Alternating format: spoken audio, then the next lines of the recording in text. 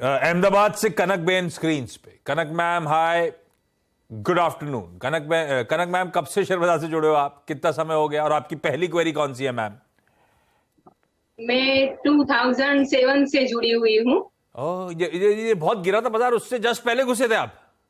हाँ। अरे बाबा, खूब झटका झेला मतलब आपने उस समय। हाँ, अभी क्या हालचाल पोर्टफोलियो का, तब से अब तक तस्वीर कैसी? अब अच्छी है। अब अच्छी है। अच्छा, पहला सवाल कौन सा कनक जी? पहला डीमार्ट पर है, हाँ। जो मेरे पास 75 शेयर है। तो अब मैं उसमें से निकल के किसी और में निवेश करना चाहती हूँ, तो आप सजेस्ट कीजिए। नहीं तो किस भाव, कब का लिया हो? आईपीओ का वाला है क्या? नहीं, आईपीओ मार्च में आया था और मैंने जुलाई में लिया था। तो ज्यादा बहुत बढ़िया प्राइस पे उठाया हुआ है मतलब आपने। हाँ। अरे मल्टी बैगर है इनके लिए। निकलना क्यों चाहते हो, क्यों स्विच करना चाहते हो? ये थक गया इसीलिए? नहीं, वो थोड़े टाइम से 4,000 के आसपास ही घूम हाँ। रहा है, इसलिए। थक गया है, मेरे ठीक बात है। बच्चे बोलते हैं अब इसमें से निकल जाइए और दूसरे में निवेश कर दीजिए। कौन बोला ये? मेरा बेटा बोल रहा है, वो लॉकडाउन में घर पर था ना, तो उसे भी बहुत नॉलेज हो रही है देख देख के। हाँ। तो वो बोल रहा है कि अब आप डीमार्ट में से निकल जाओ और हाँ। किसी और में निवेश कर दो। कहाँ पे निवेश करने को बोल रहा है बेटा, बताया उसने कुछ? हाँ, मुझे पोर्टफोलियो भी बना के दिया है। हाँ। उस पर आप ध्यान दो, उसमें से कोई चुनो, ऐसा बोलता है। अरे वाह, बढ़िया है। तो राजेश जी भाई, डीमार्ट से निकलेगा? ये थक रहा है, चल नहीं रहा है। अच्छा, चलने के बाद हम बहुत अच्छे मुनाफे पे हैं, कभी तो बुक करना है। ये समय आ गया क्या बुक करने का? देखिए, मेरे ख्याल से तो समय आ गया है, क्योंकि अगर आप देखो तो नंबर्स कोई बहुत ज़्यादा एक्साइटिंग नहीं थे। सेल्स 18% बढ़ी थी, बॉटम लाइन सिर्फ 2-2.5% बढ़े थे। हालांकि मैनेजमेंट ने कहा है कि इस वर्ष ये 40 नए स्टोर्स जोड़ेंगे। जनरल मर्केंडाइज के जो बिजनेस है वो थोड़ा सा फ्लैट चल रहा है। खास दिक्कत अपैरल बिजनेस से आ रही है, जहाँ की कंपटीशन बहुत बढ़ता जा रहा है। इस वक्त एक बार मुनाफा वसूल कर लेना चाहिए इस स्टॉक में। और जैसे कि ये कह रही हैं कि दूसरे स्टॉक में मूव करना है, तो जब तक इनकी समय की अवधि नहीं पता हो तो स्टॉक रिकमेंड करना थोड़ा सा दिक्कत की बात होती है। लेकिन मैं कहूँगा कि इस वक्त महिंद्रा एंड महिंद्रा बहुत अच्छे लेवल्स पे है और वहाँ पे आपको ध्यान देना चाहिए।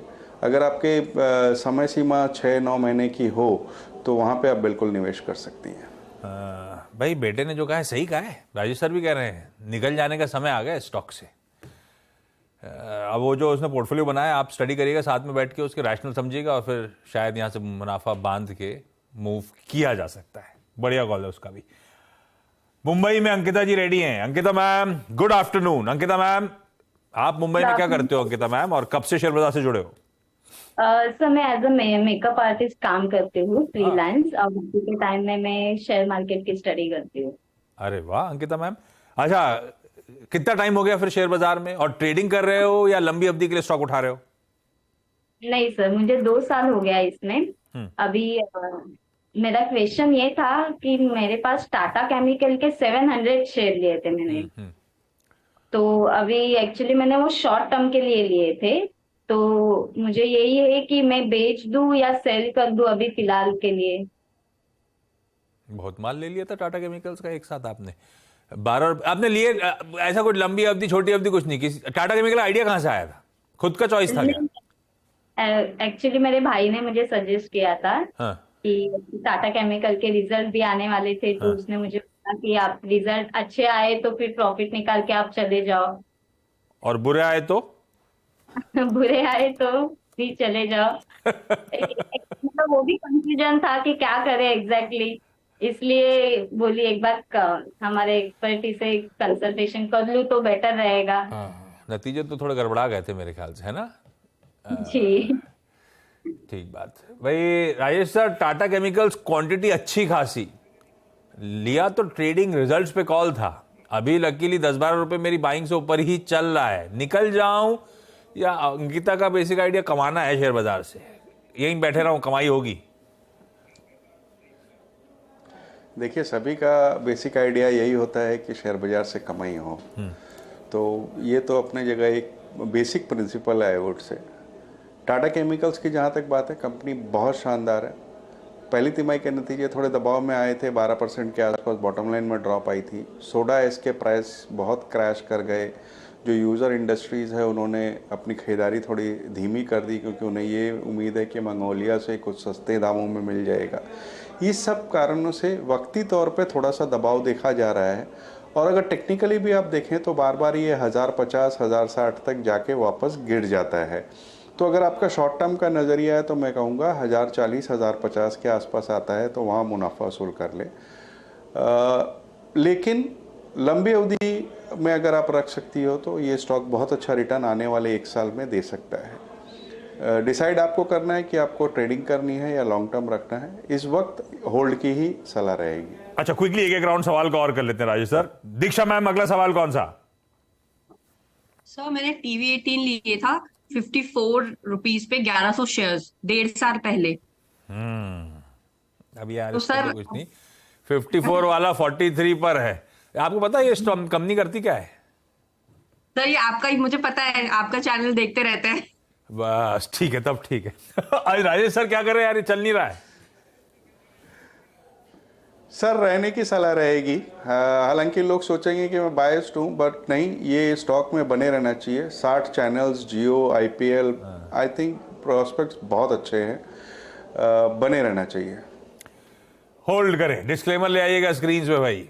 ये चैनल एक्चुअली यही कंपनी ओन करती है, तो इस प्लेटफॉर्म पे कोई भी बात हो जाए ना स्टॉक की, तो एक इंडिपेंडेंट एडवाइजर से, दीक्षा मैम आप भी कंसल्ट कर लीजिएगा। कनक मैम, अगला सवाल। हाँ सर, मेरे पास अमी ऑर्गेनिक्स के 100 शेयर है। अब मैं उसमें से निकल के किसी और में निवेश करना चाहती हूँ। किसी के भाव नहीं भेजे आपने? ये सब बहुत पुराने पुराने पड़े हुए हैं क्या? भूल गए आप क्या?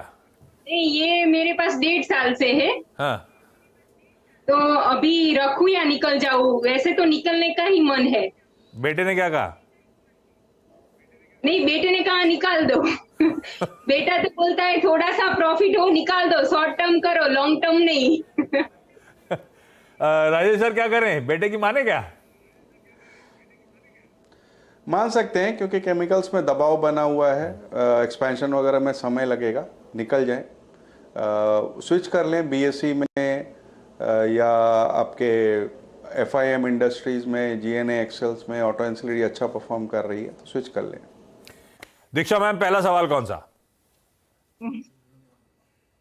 तो मैंने आरती इंडस्ट्री लिए थे 200 shares at the rate of 497 rupees 1 महीना पहले। तो जैसा 450 तक ये पहुंच गया और इसका रिजल्ट भी अच्छा नहीं आया, तो मुझे क्या करना चाहिए इसके लिए? क्यों लिया था? ट्रेडिंग का मन था, लॉन्ग टर्म के लिए पोर्टफोलियो में रखा हुआ था, रखने का मन था? ऐसा ऐसा कोई स्ट्रैटेजी तो मैंने फॉलो नहीं करी थी। इट्स जस्ट दैट कि ये बड़ा था तो मैंने कहा कि फिर उसके बाद नीचे गया तो मैंने कहा ऊपर तो जाएगा ही, चलो लेके देख लेते हैं, प्रॉफिट कमाएंगे। लेकिन वो मतलब कन्विंसिंग रिजल्ट आ नहीं रहे इसके। सिर्फ गिर गया था इसलिए ले लिया था, इस उम्मीद में कि वापस बाउंस करेगा, पर रिजल्ट ने भी डिसअपॉइंट कर दिया, गड़बड़ हो गया। राजेश सर, आरती इंडस्ट्रीज 1 महीने पहले लिया, 30 रुपए नीचे चल रहा है, ऐसा कोई समय सीमा नहीं है, अपना आइडिया बेसिकली था कमा के निकलेंगे स्टॉक से, बने रहूं क्या करूं? Good afternoon Ashish ji. पहले तो मैं दीक्षा मैडम को ये कहना चाहूँगा कि हमारा जो शो है सास बहू और सेंसेक्स, उसको पूरी तरह इन पे फिट बैठता है कि इन लॉज भी कर रहे हैं और ये भी कर रही हैं, तो सास और बहू दोनों फिट बैठ रहे हैं। अब आते हैं क्वेरी पे। आरती इंडस्ट्रीज़ पहली तिमाही के नतीजे खराब आए, रेवेन्यू 28% नीचे था, बॉटम लाइन 63% नीचे था। डिमांड स्लो डाउन हो रही है कि जो इनके यूज़र हैं केमिकल्स के, उनकी तरफ से जो कैपेसिटी रैंप अप थी वो भी थोड़ी डिले चल रही है, और दबाव इस वक्त केमिकल सेक्टर में पूरा बना हुआ है। तो छोटी अवधि में मैं बहुत कुछ एक्साइटमेंट इसमें एक्सपेक्ट नहीं कर रहा हूँ, बट ये बात सही है कि अगर आप थोड़ी सी लंबी अवधि रखें, 1.5 साल की, तो मुझे कोई आश्चर्य नहीं होगा अगर ये स्टॉक मौजूदा स्तर से 20-25% का रिटर्न दे दे। तो अगर आपकी समय अवधि लंबी है, आपके समय की कोई पाबंदी नहीं है, तो मैं बने रहने की सलाह दूंगा स्टॉक में। और अगर शॉर्ट टर्म में 500 के ऊपर जाता है तो एक बार निकल जाएं, अदरवाइज लंबी अवधि के लिए स्टॉक मुझे बहुत अच्छा लगता है। कोई दिक्कत नहीं, लंबी अवधि के लिए बहुत अच्छा लगता है। I would now like to provide our assessment of the growth and inflation scenario. First, I would like to take up global growth. The global economy continues to face daunting challenges of elevated inflation, high levels of debt, tight and volatile financial conditions, continuing geopolitical tensions, fragmentations, and extreme weather conditions. Belying earlier apprehensions, a number of economies have demonstrated remarkable resilience, and the grim prospects of hard landing appear to have receded.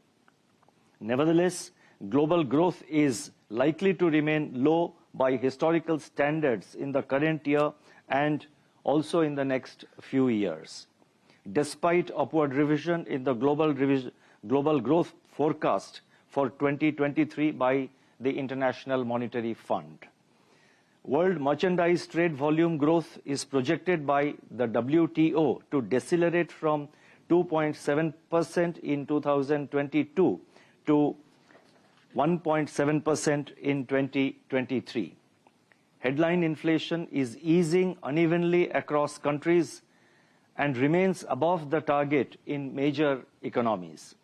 While the pace of monetary tightening has been scaled down, policy rates could stay higher for longer. Financial markets, which had been buoyed by expectations of an early end to the cycle of monetary tightening, have turned volatile with sizable two-way movements in response to recent rating events and incoming data. Turning to global growth, these external factors are likely to impinge on the growth prospects of most advanced and emerging economies. India is, however, expected to withstand these external headwinds far better than many other countries. The momentum of overall economic activity in India continues to be positive. On the supply side, crop sowing has picked up with steady progress in the southwest monsoon. The temporal and spatial distribution of monsoon has, however, been uneven. Industrial activity is holding ground, as is evident from the latest data on Index of Industrial Production, that is IIP, Core Industries Output, and Purchasing Managers Index, that is PMI for manufacturing. Buoyant services activity is reflected in healthy expansion in e-way bills, toll collections, railway freight, and a sharp jump in services PMI. On the other hand, commercial vehicle sales and domestic air cargo traffic contracted during Q1 of the current financial year. Aggregate demand conditions continue to be buoyant. Among urban demand indicators, domestic air passenger traffic, passenger vehicle sales, and households credit are exhibiting sustained growth.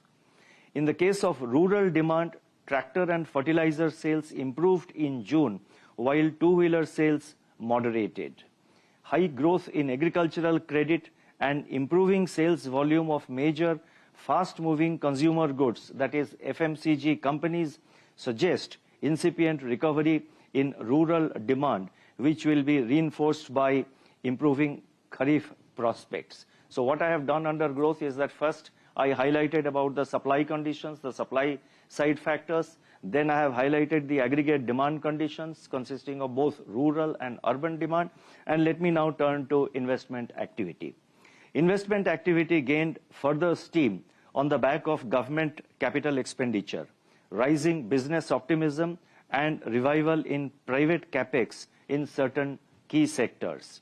Continued increase in import and production of capital goods further reaffirms this trend. Construction activity also remains strong in first quarter of this year, as indicated by healthy growth in cement production and steel consumption.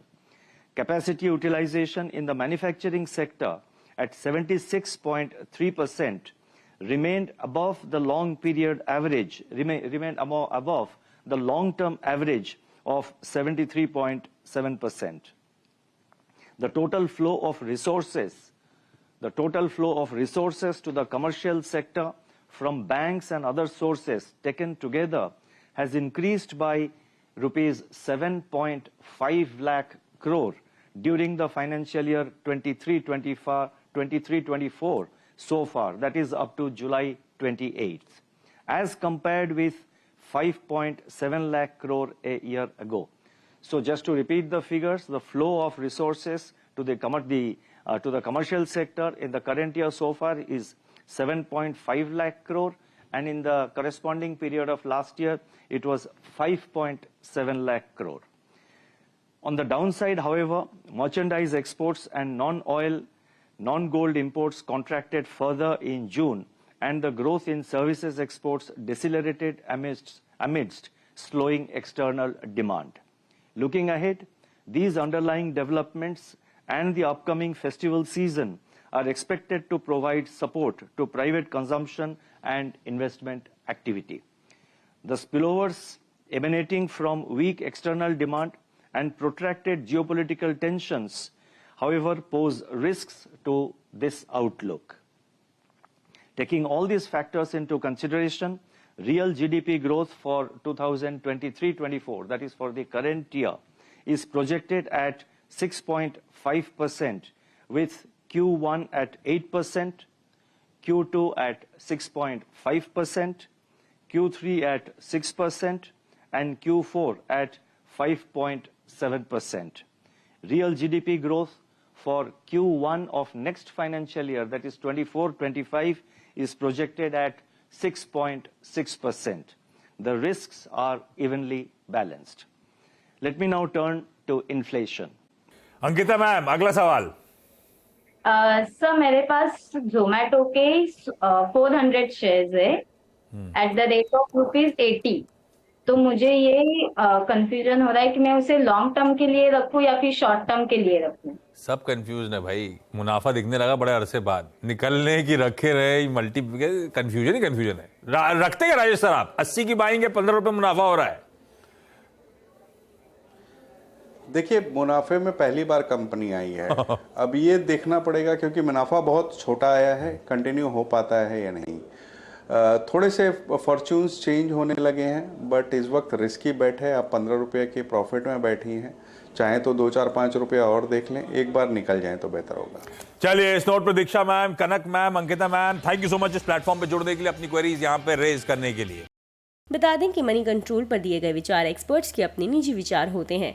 Website या management इसके लिए उत्तरदायी नहीं है। Users को money control की सलाह है कि कोई भी निवेश निर्णय लेने से पहले सर्टिफाइड एक्सपर्ट की सलाह लें।